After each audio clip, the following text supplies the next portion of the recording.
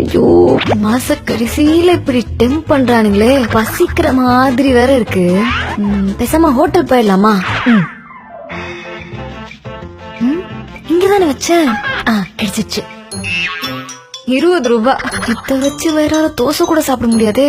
வேணாம், நீ உள்ளே ஏறு. பட் பசிக்குதே. பெட்டர் இதுதான். ஜிஎஸ்டி இல்லாத தரமான உணவு.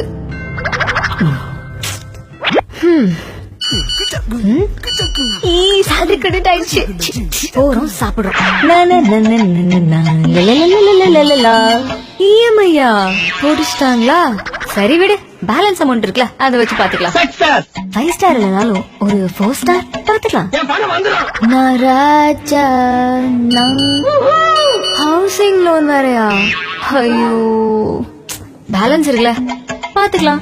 என்னதான் நடக்கும் நடக்கட்டுமே. 5 ஸ்டார் நினைச்சோம், 4 ஸ்டார் கூட இல்லையா? At least 3 star.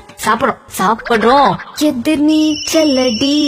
ஹலோ ஹலோ மச்சி, நான் கோவால இருக்கேன். ஒரு சின்ன ஆக்சிடென்ட் ஆயிடுச்சு. ஆக்சிடென்டா? ஒரு 5000 ரூபாய் அனுப்ப முடியுமா ப்ளீஸ்? அனுப்புறேன்டா, இந்த அனுப்புறேன்.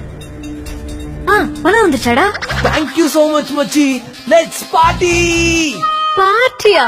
கோவால ஆக்சிடென்ட்னு சொன்னப்பவே நான் யோசிச்சிருக்கணும். 5000 ரூபாய் போச்சே. ஈபி பில்லா?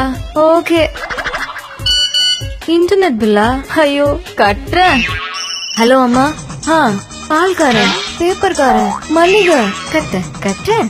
இப்ப ஏமா கழுத கையேந்தி பவனா இருந்தா கூட பரவாயில்லடா, பசிக்குதுடா. கடைசியா 500 ரூபாய் இருக்கு. இத வச்சு பிரியாணியாவது வாங்கி சாப்பிடுவோம். ஏடிஎம் போவோம்.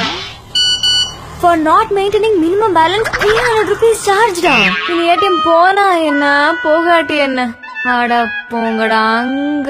எனக்கு பணம் கொடுக்க வேண்டிய வணக்கு பெற்ற ராமசாமியா போயிட்டானா?